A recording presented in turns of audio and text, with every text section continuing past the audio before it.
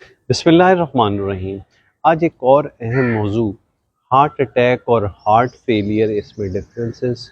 اور heart attack کے بعد کن باتوں کا خیال رکھیں تو ہم ہارٹ فیلئر سے بچ سکتے ہیں۔ دیکھیں، ہارٹ اٹیک میں اور ہماری توجہ بحیثیت ڈاکٹر بھی یہ ہوتی ہے کہ نالی کھل جائے اور پھر دوائیاں ایسی چلیں کہ خون پتلا رہے اور اسٹینٹ بند نہ ہو۔ حالانکہ ہارٹ اٹیک کے بعد کچھ بہت امپورٹنٹ چیزیں ضروری ہوتی ہیں تاکہ دل پہ جو اثر ہارٹ اٹیک کے نتیجے میں آیا ہے وہ کم سے کم آئے اور فیوچر میں دل زیادہ اچھی طریقے سے کام کرتا رہے۔ اس میں مختصراً میں بتاتا ہوں کہ ہارٹ اٹیک میں نالی ایک دم سے بند ہو گئی، جس حصے کو وہ سپلائی کر رہی تھی دل کا، وہ حصہ تھوڑی دیر کے لیے زخمی ہوا، نالی فوری کھل گئی تو دل میں زخم کم سے کم آیا،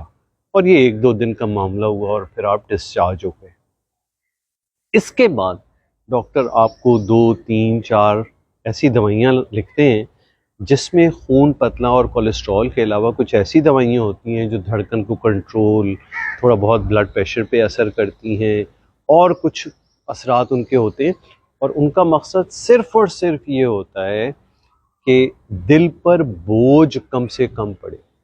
اور دل میں جو زخم آیا ہے وہ اس طرح سے بھرے کہ فیوچر میں دل کا کام خراب یا کم نہ ہو جائے، کیونکہ اٹیک کے نتیجے میں دل کا وہ حصہ جو متاثر ہوا ہے اس کی اگر صحیح سے کیئر نہیں ہوئی، اور صحیح سے کیئر کیا ہے کہ اس کو زیادہ بوجھ اس پہ نہ پڑے، بلڈ پریشر کنٹرول رہے، دھڑکن کنٹرول رہے، ایسی دوائیاں چلتی رہیں کہ وہ جب دل کام کرے تو وہ حصہ اس کے ساتھ اس طرح سے کام کرتا رہے کہ اس میں خرابی نہ پیدا ہو جائے، ورنہ اس کے لیے ہم نے کچھ نہ کیا تو آہستہ آہستہ وہ تھن یعنی پتلا ہو جائے گا، اور دل اگر ادھر کانٹریکٹ کر رہا ہے تو وہ باہر کی طرف نکلے گا، جس کے نتیجے میں دل کا پمپنگ ایکٹیویٹی کا کام وہ متاثر ہونے لگتا ہے۔ تو کنکلوژن یہ ہے کہ ہارٹ اٹیک کے بعد صرف یہ نہیں ہے کہ آپ کی انجیوپلاسٹی ہو گئی، نالی کھل گئی تو زندگی بس ختم، اب کوئی مزید دوائی وائی کھانے کی ضرورت نہیں، اور یہ لوگ اکثر ایسا کرتے ہیں، مہینے 1.5 مہینے 2 مہینے کے گزرنے کے بعد وہ دوائیاں بالکل کم یا چھوڑ دیتے ہیں۔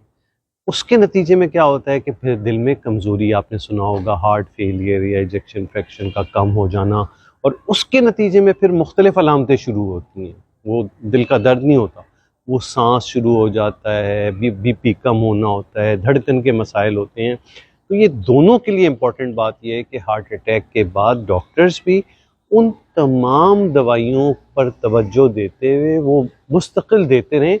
تاکہ وہ جو ہارٹ اٹیک کے بعد 6 مہینے یا سال کا جو عرصہ ہے اس میں دل اپنا کام نارمل ری گین کر لے۔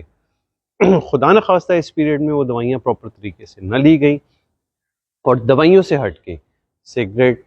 ایکسرسائز کرتے، سگریٹ کا چھوڑنا، ایکسرسائز کا کرنا، شوگر، بلڈ پریشر، کولیسٹرول کو کنٹرول کرنا، یہ تمام چیزیں اسی طرف مددگار ہوتی ہیں کہ ہارٹ اٹیک کے بعد دل میں مزید خرابی نہیں آنے دیتی۔ تو اس چیز کا بہت خیال رکھنا ہے ہارٹ اٹیک کے بعد کہ تمام دوائیاں پراپر طریقے سے کھاتے رہنا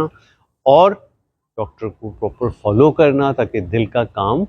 کم یا خراب نہ ہو، آپ ہارٹ فیلئر کی طرف نہ جائیں۔ شکریہ بہت بہت۔